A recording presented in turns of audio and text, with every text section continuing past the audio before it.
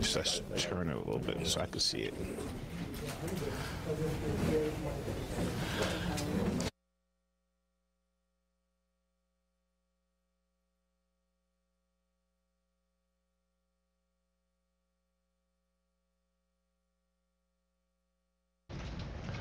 So good morning, everyone. Thank you for being here. I'd like to thank NYPD for sending down so many officers today, but Commanding Officer Richard Green and Deputy Inspector Brian Gill of the Gun Violence Suppression Unit are joining us. We're here today to talk about the cache of weapons that you see in front of me.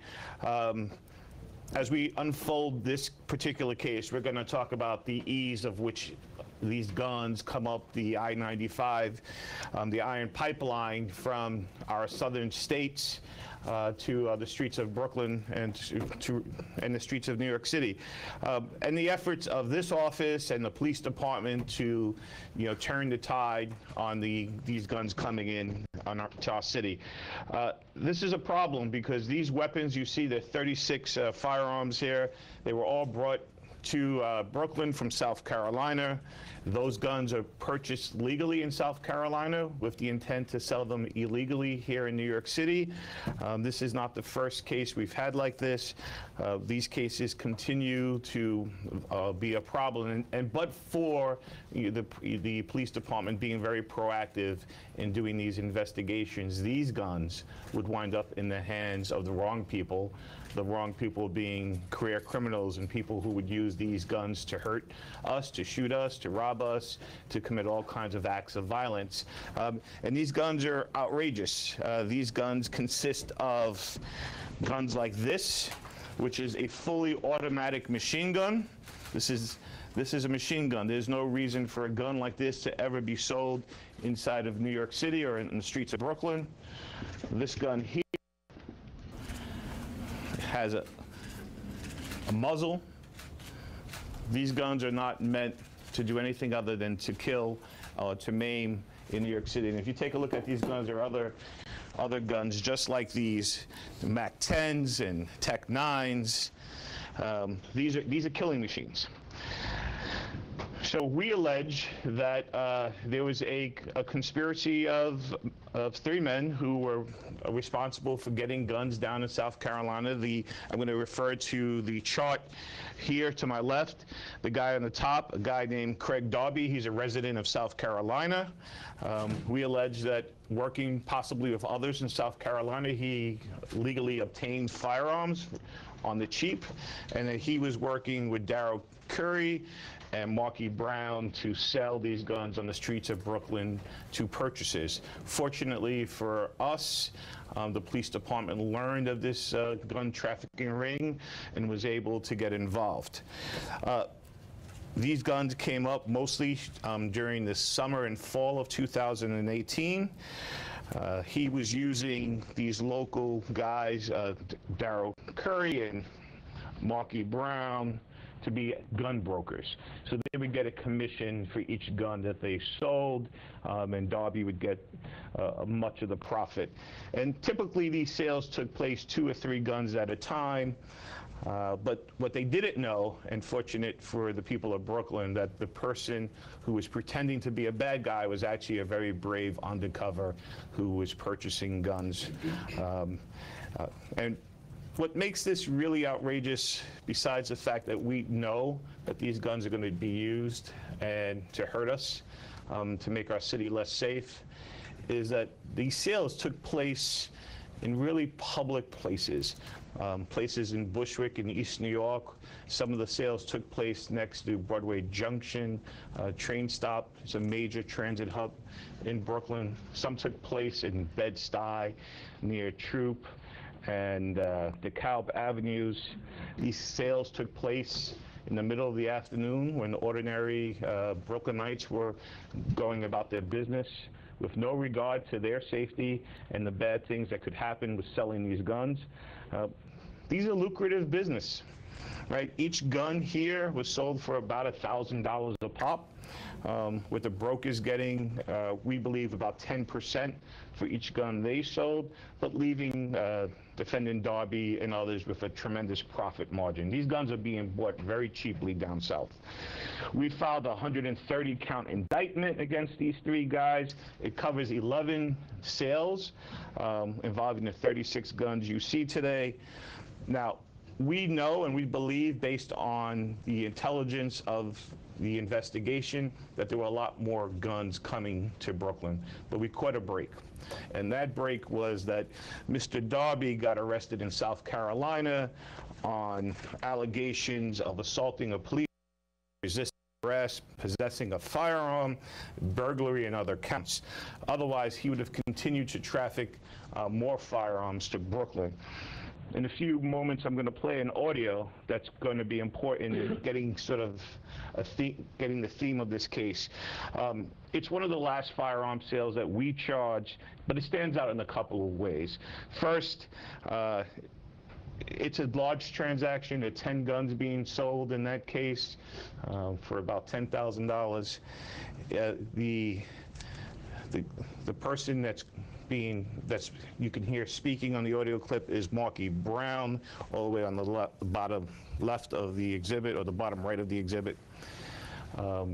He calls it a German jump-off, referring to the different models of guns. But what's interesting is the promise and the offer to sell many, many more guns, and he'll tell you the number. You'll listen for yourself. But also, some of the guns that were being made available for future sales were guns like AR-15s, the assault weapons.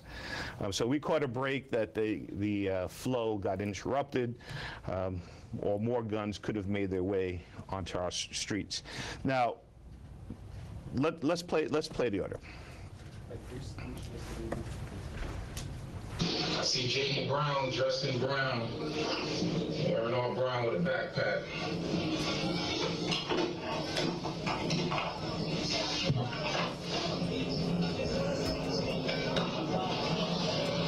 What up, kid?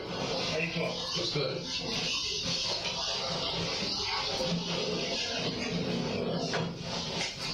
What's up? What's chilling, man? Everything good? He got something special in there. He said, like, it's a German jump-off. He got 40 more. Oh, word? Absolutely. Different calibers. He got Dracos, he got AR-15. I mean, you already know. You already know. You know. What do you want to do?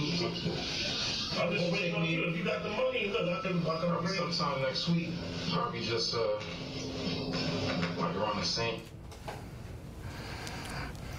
And so this audio highlights the problems we face here in New York City, of how easily it is to get these guns up the I-95 to be sold illegally on our streets. You also, I think, get a flavor for how dangerous this work is, having an undercover in close proximity to a person with, many guns, and without any regard to how those guns are used in the future. And we've seen these cases here. We've done cases in Brooklyn with the gun violence suppression unit, up through cars and buses, and recently airplane flights. And we're calling for more gun legislation to strengthen gun trafficking laws. I'm doubtful that we're going to see any movement on that, given the current political landscape in Washington, D.C. So it's going to be up to us, the NYPD, and this office to confront the problem of gun sales head on. And that's what we've done in the past. That's what we did with this case, and that's what we're going to do on future cases. We're going to figure out how we infiltrate these trafficking rings, like we did in this case, and make sure that these guns don't get into the wrong hands of children, hands of people who are going to use these guns to hurt our families. And we're going to also make sure, and I think what's different about our approach in Brooklyn in a lot of these cases is that we always go down south and find the people who are responsible for sending these guns up to New York City and holding them accountable. As a district attorney, I am sending a message loud and clear that you cannot hide down south and buy guns legally, but know that they're going to be sold illegally here in New York City. We are going to come down south, have you arrested. We're going to extradite you. We're going to put you on trial, and we're going to convict you and send you to an upstate New York jail. It is outrageous that these folks, without any regard to what happens here in our city. Now, this type of investigation is really just one part of the work we do with the police department to get illegal guns off our streets. The police commissioner and others have talked about how we're doing more things in partnership to make sure that we have enhanced gun prosecutions in the city and this borough, and I am a true partner with the police department in making sure that we can get these guns off our streets. Every time a gun is sold, it's a possibility of something bad happening, robberies, burglaries, with shootings. And we've come a long way in terms of safety in Brooklyn. We're not willing to go back in the opposite direction. So we're going to take a very hard line. In the other trafficking cases we've done, it should be clear, we've gotten very long jail sentences. We expect the same on this case. We are going to be very aggressive in how we treat people who sell and traffic guns in Brooklyn. Another issue in these cases is we use electronic surveillance and other investigative techniques. I'm not going to get into all of it, but it often reveals other crimes, and that's what happened in this case. And as we were investigating this crew, we learned that Darryl Curry is also alleged to be part of a narcotics distribution ring. We further allege that the guy next to him, Dorian Cabrera, was one of the people who worked with him and helped supply him, and that the guy on top, on the far left of the diagram, Fred Chapman, was a supplier of narcotics, particularly in heroin.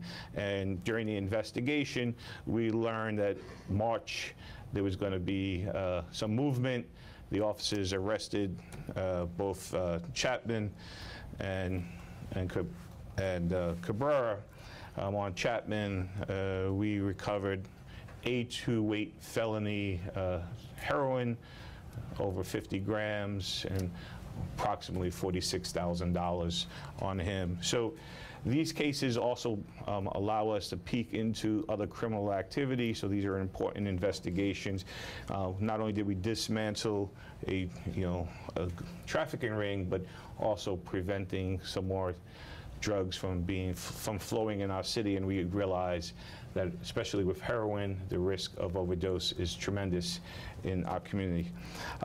For those charged with the gun trafficking, they're being charged with criminal sale of a firearm in the first degree. That's a serious charge.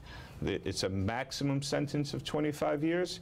And for those charged with the drug conspiracy, because of their records and the nature of how much drugs they were caught with, they face a maximum sentence of 12.5 to 25 years. We've had very successful trafficking cases in the past.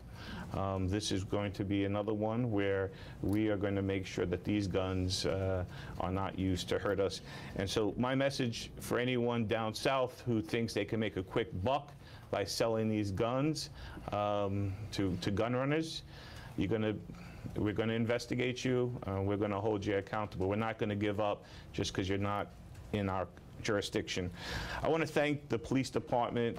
They put a lot of resources into making this case, my office, but I want to especially be a special acknowledgement to the undercover, who's obviously not here, but this case is very dangerous. And undercover police officers, especially those who do gun trafficking work, we really owe them a debt.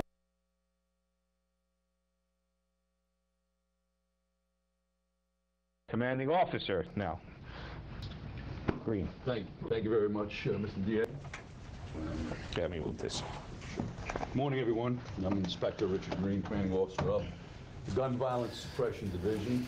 I'd like to introduce some of the folks I have with me today. I have Deputy Inspector Brian Gill, the commanding officer of the Firearms Suppression Section, his captain, John Corabell, Lieutenant James Donovan, Sergeant Matt Griffin, and the case detectives, Detective William Redden and Detective Charles Lovett, who I'll speak about a little bit in a moment. Together with Sergeant Elise Martinez of the Intelligence Bureau, 88 Tom Toplesky and Supervisory DA John Sennett of Kings County DA's office, we're pleased to announce the arrest, as the DA was saying, of these 3 individuals from this 5-man case initiated back in April of 2018.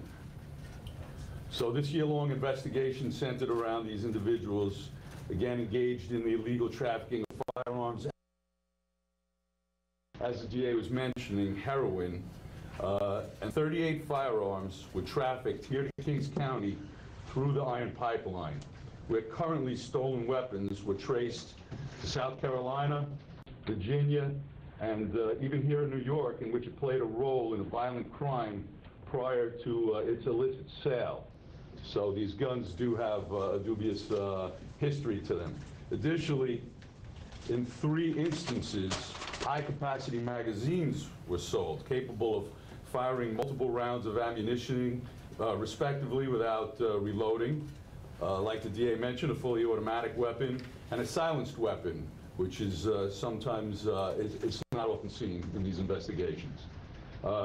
This case is another example of individuals bringing firearms into the New York metro area to make a quick dollar without any regard for the havoc that these weapons cause.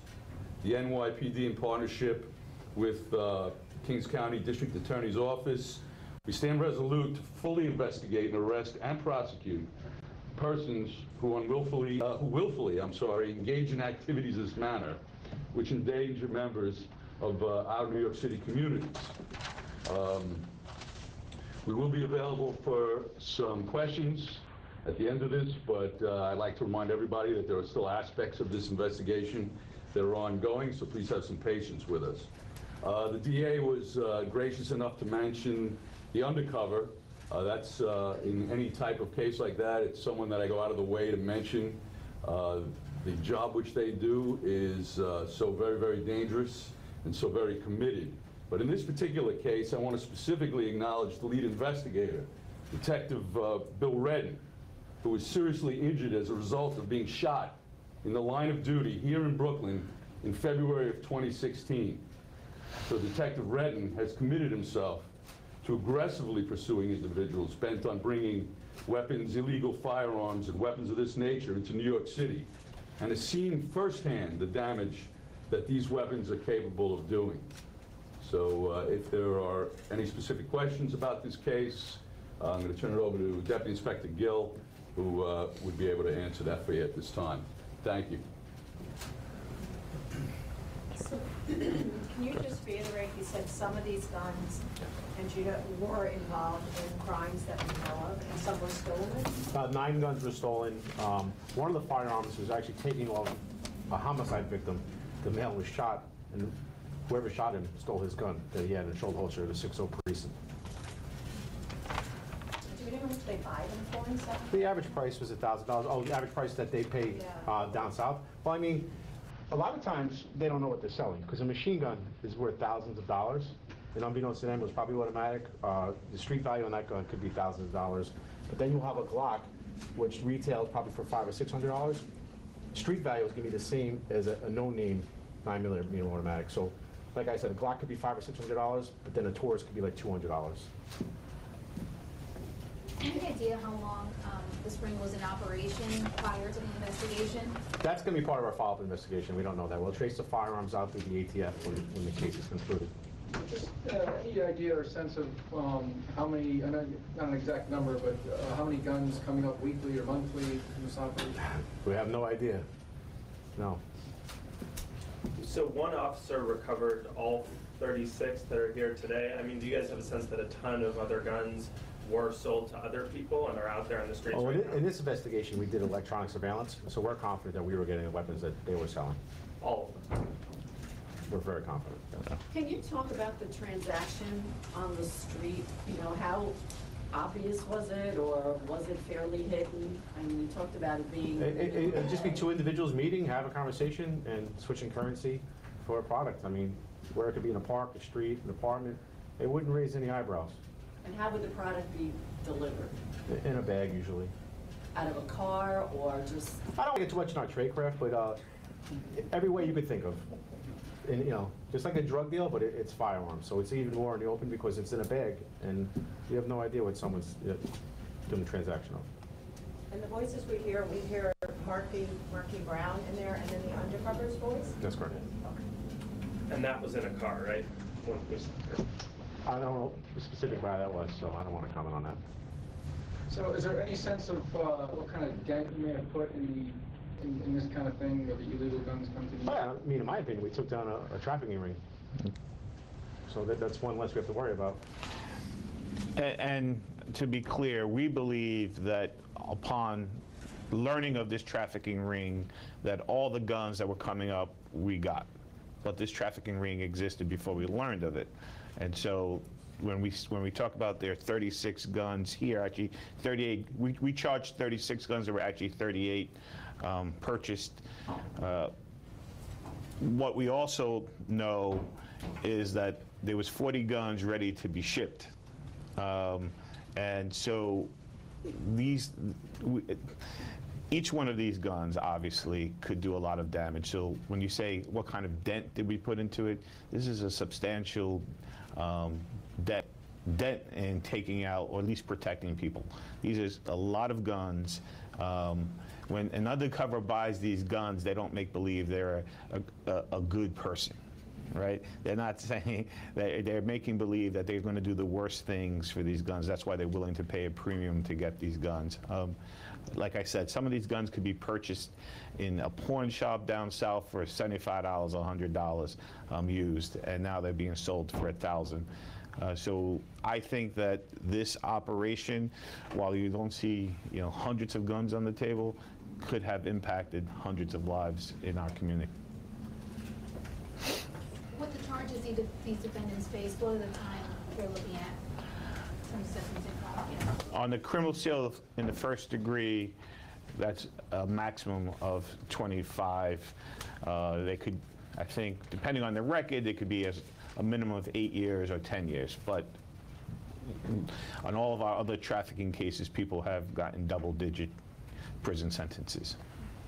On the 40 that were suggested, how reliable was this person as far as saying, I'll deliver 20 or 10, and then did he? And did you think that was an exaggeration to be lured? No, unfortunately, I don't think it was an exaggeration at all. I mean, he was the person that was selling 10 guns. He was responsible personally, I think, for 9 of 11 transactions. I think that once the undercover earned their trust that he could purchase guns in volume, they were looking to make a profit by shipping other guns, and obviously he included that they could get the assault weapons, AR-15s. So I think, we caught a break. That Mr. Darby got incapacitated in South Carolina.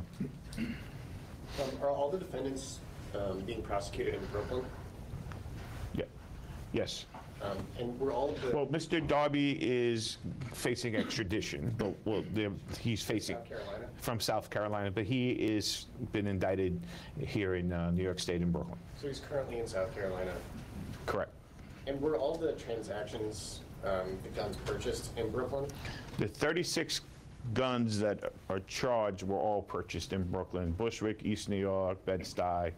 The drug sale took place in Clinton Hill, Brooklyn. When exactly were these guys arrested? Yeah. The 5th. Today? Today? Oh, a few days. They were already arraigned. It's in the press release of the amount of bail set on the cases. Any more questions? So is it Marky Brown who's handing over the guns? Is that the guy who's handing over the guns? In the audio clip, that was the guy who's handing over the guns. Yep. How how does an undercover get onto a person like that? I mean, is it word on the street? I mean, how do you figure out where the gun dealers are? I guess is there a way to explain that? Yeah, we work in partnership with the Intel Division, who has a sergeant in every precinct. They'll have local knowledge of precincts. Concerned citizens will come in and share information they have with criminal activity, and they'll bring it to us if it's, you know, firearms related. And was Brown the seller in all of the transactions with your undercover? No. Sure. Yes, he was. Yes.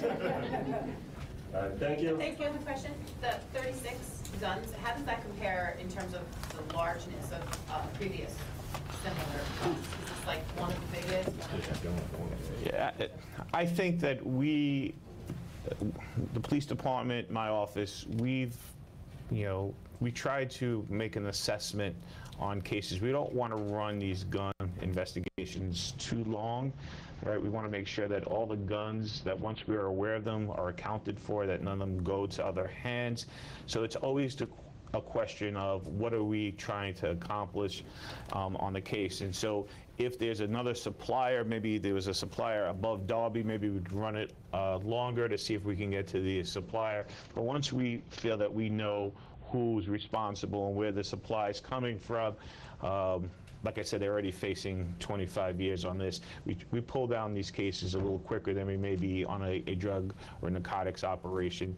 We want to make sure none of these guns get into the wrong hands. What is the gentleman's name standing behind Mr.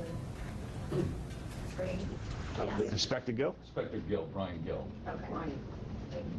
Thank you, guys. Can you take it off topic? Yes, but I want to let these guys go and then, sure. Thank you, guys.